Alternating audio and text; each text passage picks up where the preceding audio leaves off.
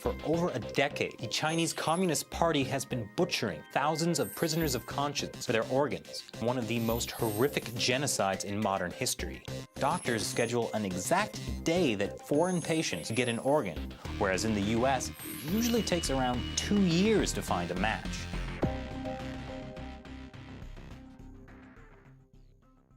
So I think this is a key issue to the story of organ harvesting. The story of organ harvesting is very much the story of Falun Gong. 1999, it becomes the most controversial hot-button issue in China. What was Falun Gong before 1999, and what happened after? Before 1999, the Chinese government actually actively promoted Falun Gong as this way to improve health. It's part of the Qigong movement. At that time, it's not just Falun Gong. There are hundreds of other Qigong movements that emerged. And they were promoting it in state media? They were promoting it not only in state media, they also give a word to Falun Gong for improving the health, the general state of the population. Falun Gong is more than just the practice that's beneficial to the health. It also has a spiritual side. That is, there are 3 principles: truthfulness, compassion, and tolerance. And these Falun Gong practitioners are encouraged to use these 3 principles to judge their daily action, their daily decisions. And because of that, they sort of rely on their own conscience and their own judgment.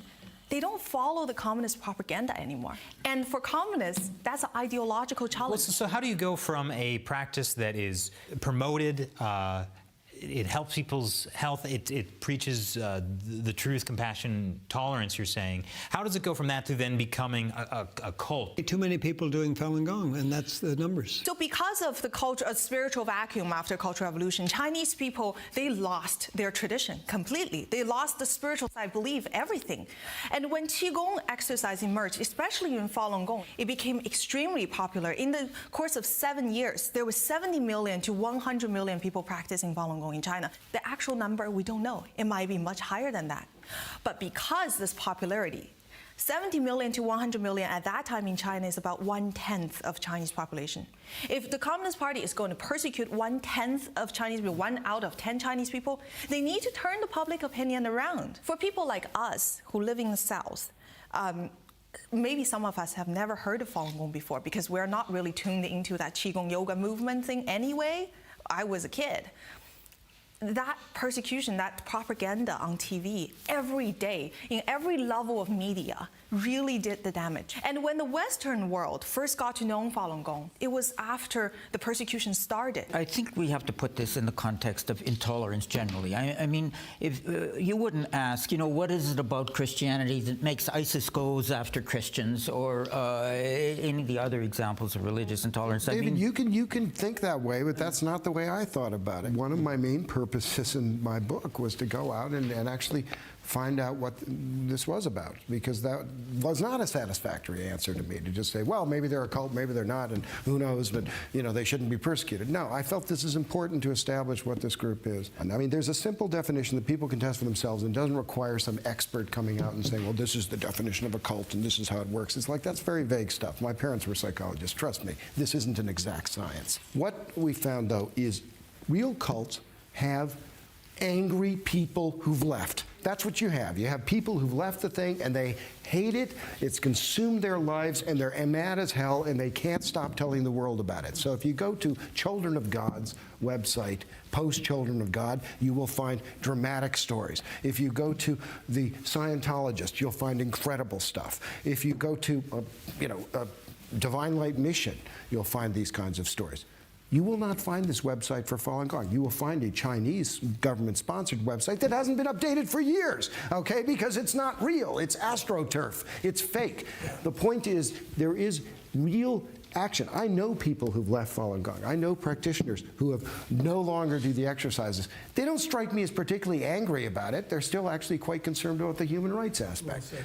Okay, and I think that's very important, because that's what separates out a cult, is that experience of, oh my God, this thing took over my life, it abused me, it used me, it separated me from my family. There's your academic definitions. It took my money.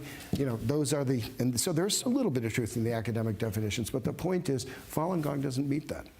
And I can say that with some confidence, because I could not have hung around a group for that many years if it had been like that. I absolutely agree with you. It's not a cult. In fact, I used to be responsible for cults in the Department of the Attorney General in Alberta for a brief period, and so I got to know some of them. And you mentioned one of them a minute ago, and we've actually had a case in the courts in Canada where it was ruled that Falun Gong is not a cult. And if you look at, as you said, all the indicia of cults, it is not one. And it's simply a part of this demonization that goes on. It's an easy term to throw out.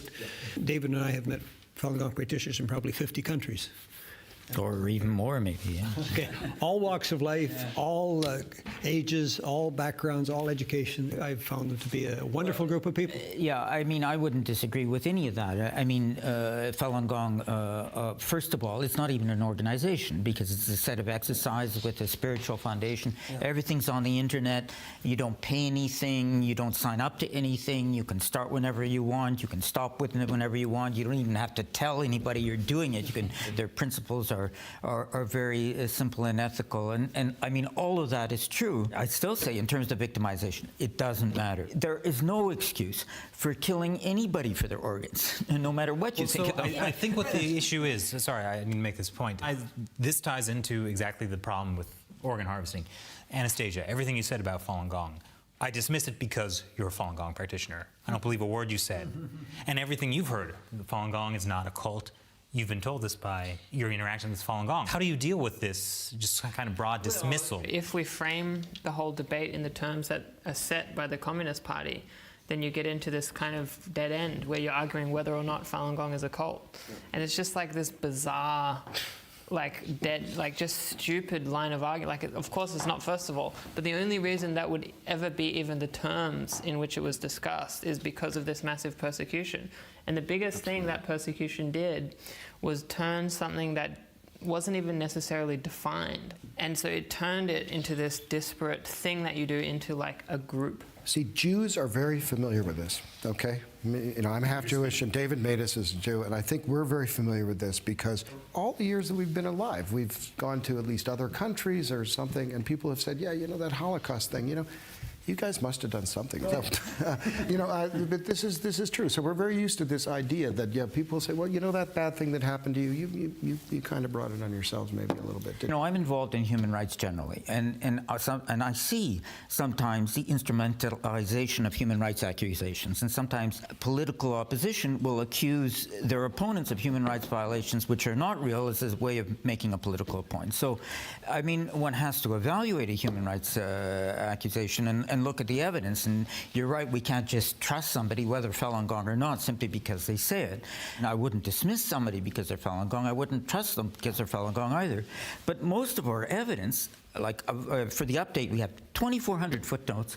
2,200 of them are Chinese official sources. For people to really come to terms with what Falun Gong is, they would need to come to terms with an absolutely extraordinary injustice, because Falun Gong says that they believe truthfulness, compassion, forbearance, and that they just want to follow these values and assimilate to the universe. And it's this very simple, like, primal goodness. And if that's all it is, and they're being eliminated because of that, then that is a lot to swallow. I didn't ask anyone to accept anything I had to say about Falun Gong in my book. I simply said, you base these things on their actions.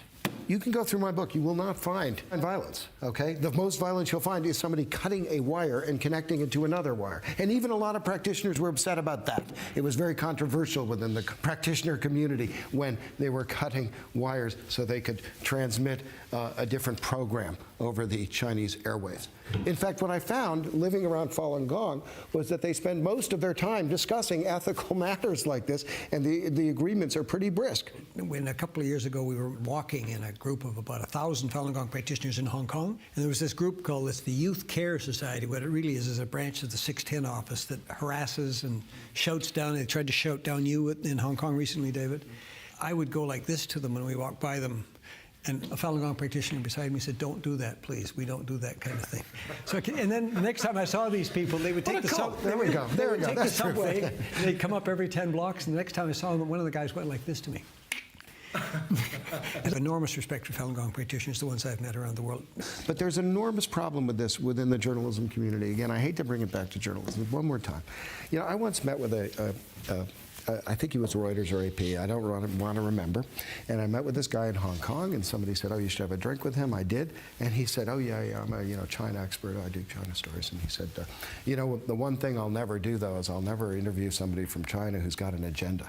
Ooh. And I was like, how do you do stories? What do? Do you just exchange pleasantries? I mean, nobody coming out of China has a grudge or an agenda or an idea. It's just a standard we would never hold our own society to. I'd like to follow up a bit on what Matt says. I think part of the problem we're faced with is that accepting Falun Gong for what it is means accepting the persecution for what it is. People are hesitant to admit that for a number of different reasons. I mean, it impacts their interaction, the economics, and it's just the horror of what's happening. It has no place in our world. We don't have good and evil anymore. We have interests. We have competing interests. Yeah. Falun Gong defies that. And the victimization of Falun Gong defies that too. There is obviously no justification for what's happening, and admitting that it's happening is admitting something that people have difficulty even imagining that it's happening. If you look what's happening in China with the Catholic Church, the Communist Party appoints bishops, and with the Buddhism, they've got their own Panchen Lama, and Islam, they have their own imams, but they can't do that with Falun Gong. And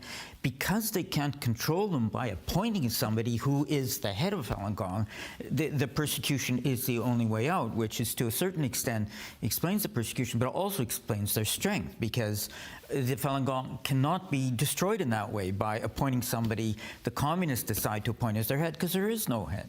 So you end up with a large group. The official numbers from the Communist Party were 70 to 100 million practitioners.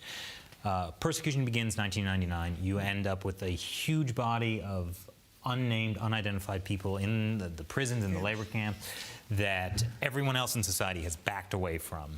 And then they become just this huge pool for organs. Yeah, we've talked to people who've got out of these camps, by the way, and we probably should mention something about that, because we've talked to them on about 15 capitals, and we're absolutely horrified by what they go through in these camps. This is all small fry. I mean, what happened 6 months later was that they started to systematically build a machine to monetize those people. And this was not clear until this report came out. When all the evidence was put together, it became clear that they built a machine to do transplantations.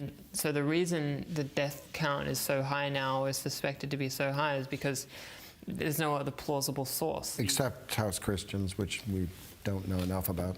It's possible that they're an emerging source, at least. But look, I was always estimating at least 500,000 to 1 million Falun Gong in detention at any given time. And every time I've sort of thought, well, you know what, this has got to be fading. New evidence comes out and shows that I'm wrong.